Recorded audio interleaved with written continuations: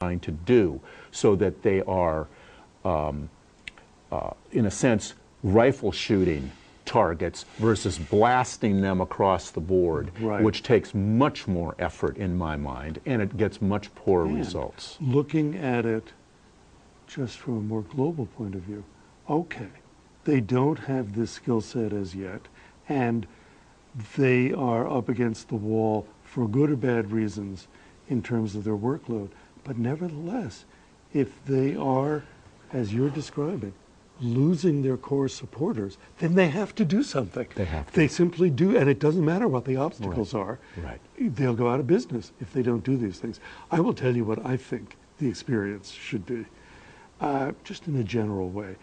I think things like video screens and mood lighting may or may not be effective in certain situations, but I think that's the icing on the cake at best. The core experience is playing the music, and I think they should play the music better. Now, when I say that, there's going to be an uproar, maybe, because it's as if I'm saying American orchestras don't play well. And as a matter of fact, they play wonderfully by the usual standards of the business. But the usual standards of the business don't actually include on the edge of your seat commitment that is visible and audible. Right. So that when you come, and when I talk about myself as somebody who loves this music and goes to concerts, I go and I see the people on stage, the orchestra members, noodling their music before they play, and I don't see a bunch of people, and this includes when they do finally play the music, I don't see a bunch of people who are eager, who are consumed with the desire to do something for me. Right. They're playing the music and they may be playing it expertly, but it's a little bit detached. Right. Right. Right. And considering now that they're doing, in the case of a large orchestra, many concerts during a year, with a variety of conductors, some more effective than others, it might be a lot to ask that they give everything they can every time. Now, I can think of an example. I'm friendly because they commissioned a piece for me and performed it recently with the orchestra in Sioux Falls, South Dakota. They just did Mahler's Second Symphony, a huge, overwhelming work that had never been done in Sioux Falls. They're also an orchestra that's not fully professional, and their conductor, Delta David Geyer, gets them to play better than many people would think they would be able to. So I'm told, I wasn't able to be there, but I'm told this performance was overwhelming. And the audience was overwhelmed and was on their feet cheering. There's an example of doing a piece like that for the first time in a city. Obviously, it's a peak experience for everybody. And it's going to be hard to ask the Pittsburgh Symphony or the New York Philharmonic or the Pittsburgh Symphony to do that every time. And yet they have to do something every time. They do. I guess, I'm gonna walk out on another limb here. I'm not sure that the solution is completely in the concerts delivered. The orchestra field has defined itself as a sort of a limited event delivery system. And I think that may be, how do I say this? It may have inherent in it increasing obsolescence in our society. And that it may be that the purpose needs, or the process of the field needs to move from delivery to customer service and community relationships. I'm not sure that the solution is solely in the delivery of the product. I believe that it's partially in how to weave the orchestra into a fabric of a community much more deeply than it has been.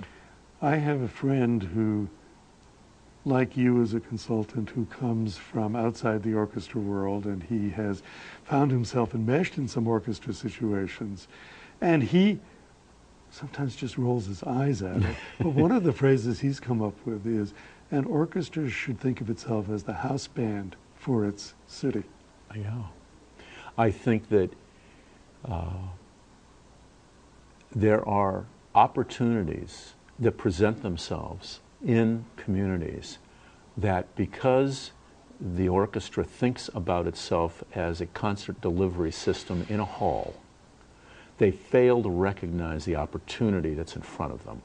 And as a result, they don't achieve the exposure in the community that they could. One thing that I've toyed with is kind of zero-based definition of an orchestra. You start with the fact that you have a group of musicians who play these instruments. Now, what could a group of people like this mean to the city that they're in? Absolutely. And the reason I raised this when you were talking about the concert experience is that I don't believe that the solution, again, is solely in the concert experience. I think that people have a relationship with an organization for a variety of reasons. It's not just because of the music. It may be that that relationship is because they believe that that institution is critical to their community, that it's critical to lifestyles, and that a community requires this cultural institution as part of its fabric, and that they don't attend because they love the music, and they don't give because of that. And we know that some people don't attend because of that and don't give because of that. They give because of its relationship. But that leads me to begin to raise questions about whether the subscriptions and concert attendance can actually be enhanced significantly without becoming more woven into a community and more essential to the community, and catering to the diversity that's growing in our cities. I mean, you could say that one of the reasons that we have some of the issues that we have, not only because of the pricing models, is because of the diversity that's growing in the cities and the fact that some of the repertoire does not appeal or is not connected as well to some of these more diverse groups. So now, for a really interesting and I think dramatic example of something that an organization could do, this is not an orchestra, this is an opera company, the Houston Grand Opera. Mm-hmm.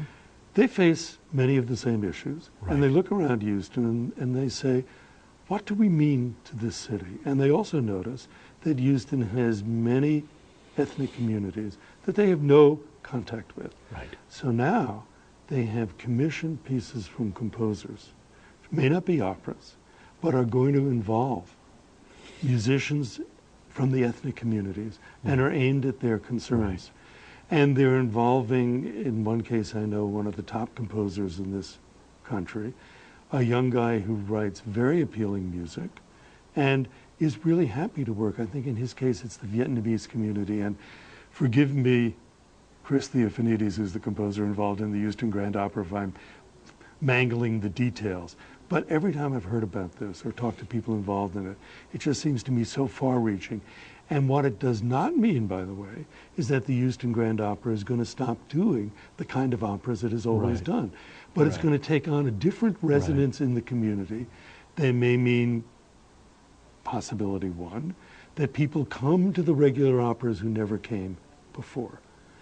Especially since when David Gockley ran it, and I hope that the current management is considering, is continuing this, at times they would set up large video screens outside their theater so anybody walking by or driving by could see and even stop and watch. But so that's one possibility. More people come to the stuff they do. Possibility two, they develop and affect another product line. Right. Other things they do that mean something to people who don't come to the regular operas. Right. See, to me, this there's two. If I think about households, and for the most part, the large symphonies in the United States have between 8,000 and 12,000 households they serve.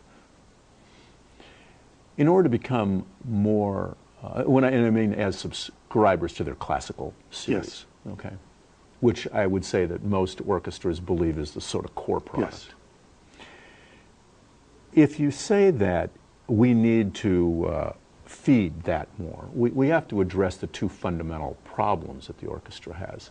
One is exceedingly high retention problems, not retaining the level that they need to. And secondly, they need to create a